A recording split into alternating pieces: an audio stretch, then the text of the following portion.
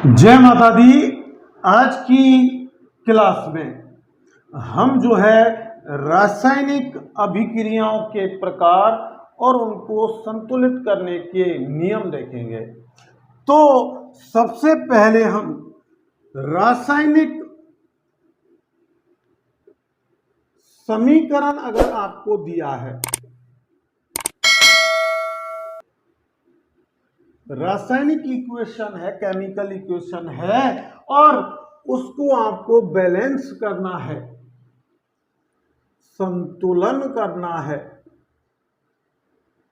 तो आपको कौन से नियम ध्यान में रखने हैं। पहला मैं नियम बता रहा हूं आपको कि कोई भी रासायनिक समीकरण को संतुलित करते समय जो क्रिया करने वाले पदार्थ हैं यानी कि अभिकारकों के परमाणुओं की संख्या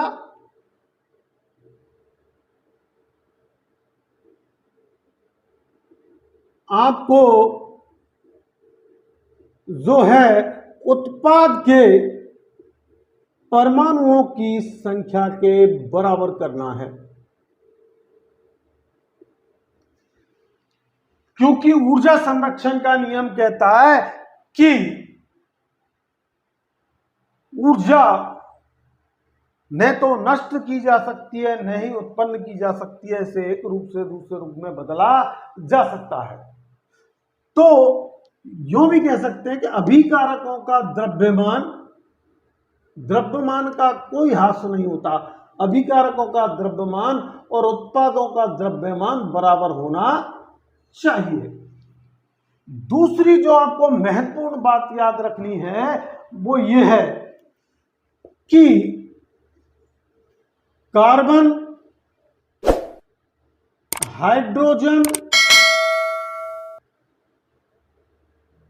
हाइड्रोजन और ऑक्सीजन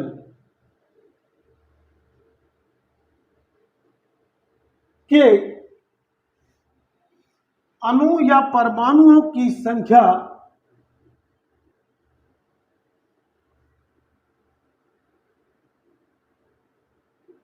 संतुलित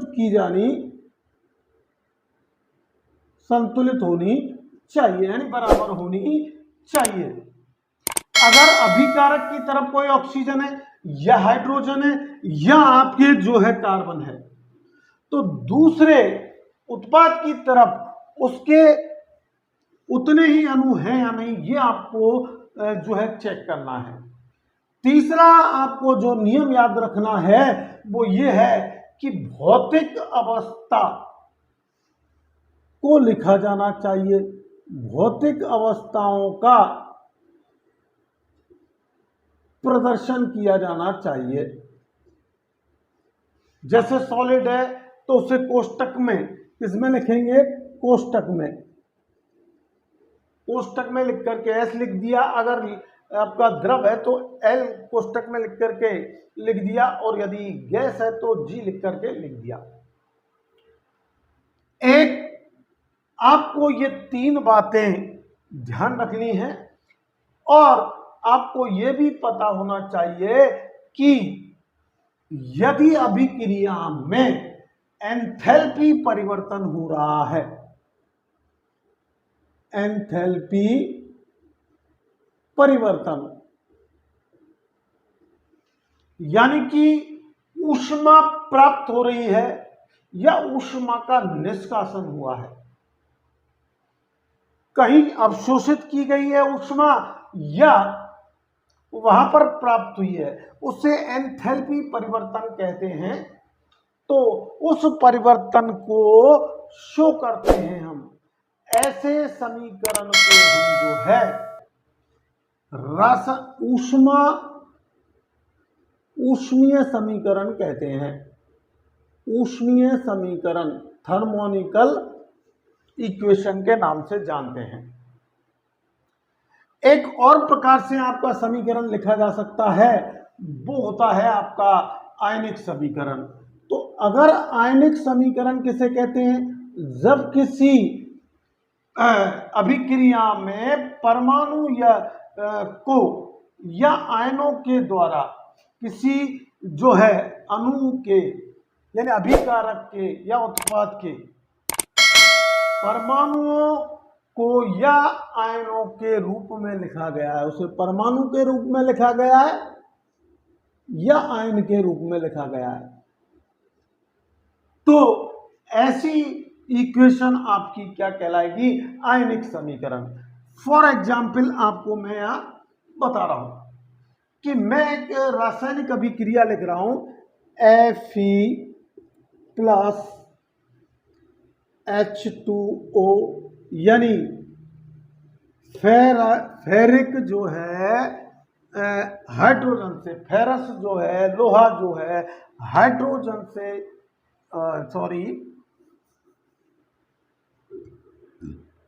आपका लोहा जो है जल से क्रिया करके और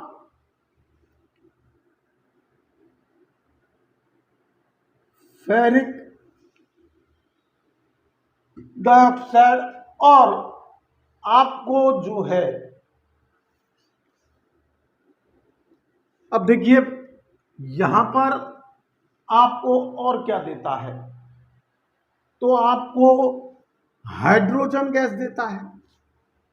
ये मान लीजिए अभिकारक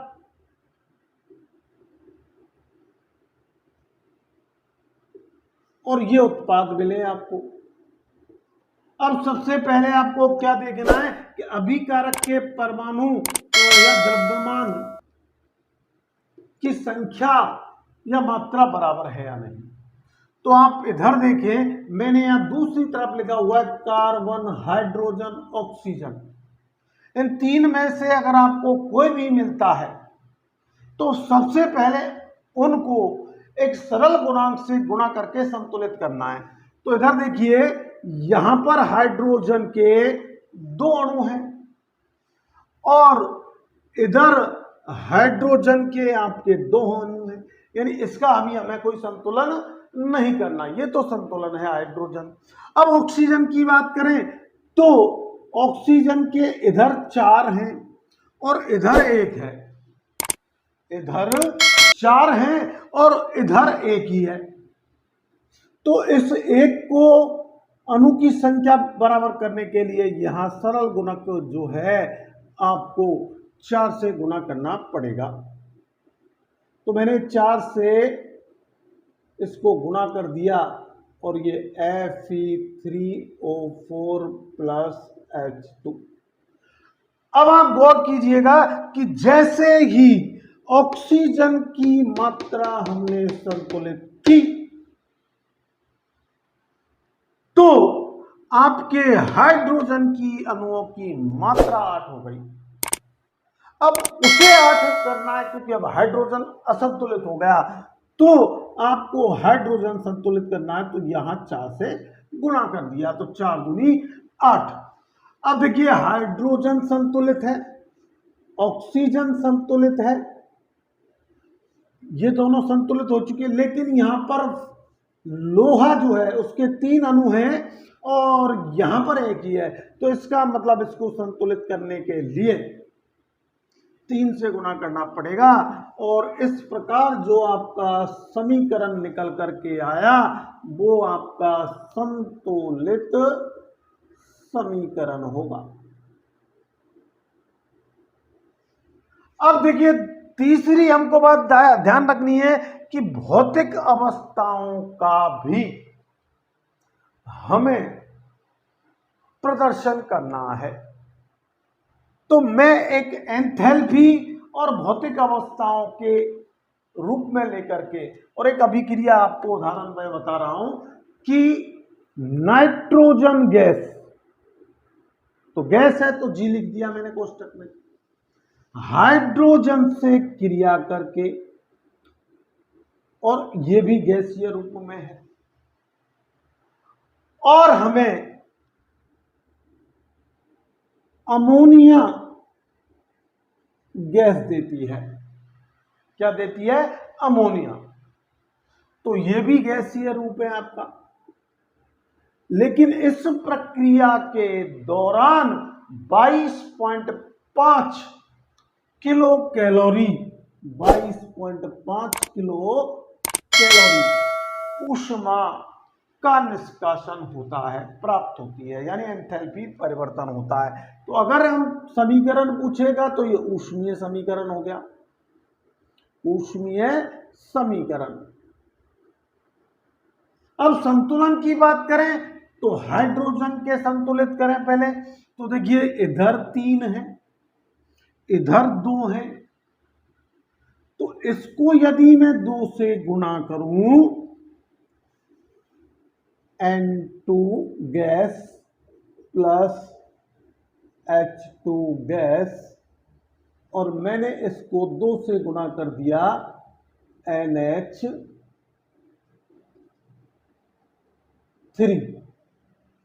गैस। तो जैसे हाइड्रोजन के यहां 6 हुए तो मैंने 3 को इधर गुणा कर दिया, तो यहां हाइड्रोजन के 6 हो गए।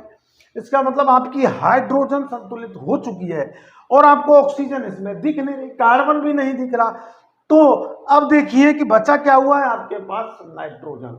और नाइट्रोजन के अणु कितने, इधर 2, और इधर भी नाइट्रोजन के 2 ही अणु हैं। तो इसका मतलब ये एक वैलेंसेड समीकरण हो गया, और इसमें भौतिक अवस्थाएं भी हमने प्रदर्शित कर दी। अब देखिए आयनिक समीकरण का और देख लेते हैं कि आयनिक समीकरण का एक उदाहरण और देखते हैं। देखिए कि जिंक Zn और कॉपर आयन, कॉपर को आयन के रूप में लिखेंगे तो +2। अब जिंक को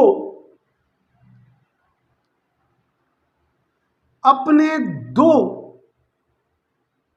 अणु मुक्त कर देता है और खुद कॉपर उदासीन हो जाता है, और यह विस्थापित इसकी संयोजकता कहां हो जाती है, जिंक पर। इसी प्रकार आप देखें कि कैल्शियम, इसकी +2 संयोजकता होती है। अगर इसमें 2 इलेक्ट्रॉन जोड़े जाएं तो ये कैल्शियम का सॉलिड रूप यानी ठोस कैल्शियम बना देता है। अब आगे की बात कर रहे हैं हम रासायनिक अभिक्रियाओं के प्रकार, जिसमें आज हम 2 ही अभिक्रियाएं समझेंगे, एक संयोजन अभिक्रिया और एक वियोजन अभिक्रिया। उसके बाद वीडियो का समापन करेंगे। तो लगातार बने रहना है कि संयोजन अभिक्रिया किसे कहते हैं। संयोजन अभिक्रिया यानी कॉम्बिनेशन रिएक्शन। संयोजन अभिक्रिया जब 2 या 2 से अधिक उत्पाद मिलकर के, जब 2 या 2 से अधिक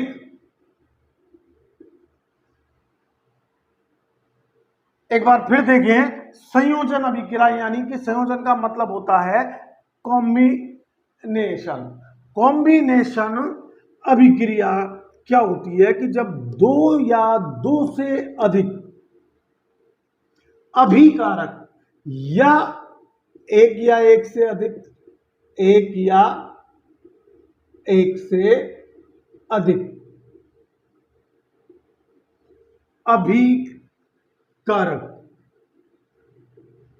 मिलकर के और एकल उत्पाद बनाते हैं, एक सिंगल प्रोडक्ट बनाते हैं, तो ऐसी अभिक्रिया आपकी कॉम्बिनेशन अभिक्रिया कहलाती है। जैसे कैल्शियम ऑक्साइड जो सॉलिड रूप में है, जिसे हम क्विक लाइम कहते हैं, क्विक लाइम यानी बिना बुझा हुआ चूना, बिना बुझा हुआ चूना। तो इसको यदि लिक्विड यानी जल में, और वो भी कैसे, द्रव्य रूप में, इसको मिलाया जाता है तो ये आपको कैल्शियम हाइड्रोक्साइड देता है, कैल्शियम हाइड्रोक्साइड दे देता है, जो आपका बुझा हुआ चूना होता है, बुझा हुआ चूना। अब देखिए, इस बुझे हुए चूने को यदि दीवारों पर पोता जाता है तो वायु की जो है कार्बन डाइऑक्साइड गैस, इससे क्रिया करके और कैल्शियम कार्बोनेट की परत बना देती है, एक सफेदी बना देती है, जिससे दीवार चमकने लगती है। अब मैं वियोजन अभिक्रिया की बात कर रहा हूं, वियोजन अभिक्रिया। वियोजन अभिक्रिया क्या होती है? वियोजन अभिक्रिया इसका ठीक उल्टा है कि एकल अभिकारक या अभिकर्मक,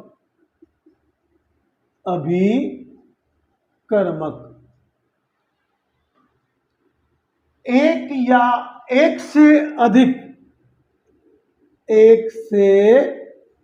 अधिक उत्पादों में टूटता है, यूं भी कह सकता है, या देता है। तो ऐसी अभिक्रिया वियोजन अभिक्रिया यानी डीकंपोजिशन अभिक्रिया कहलाती है।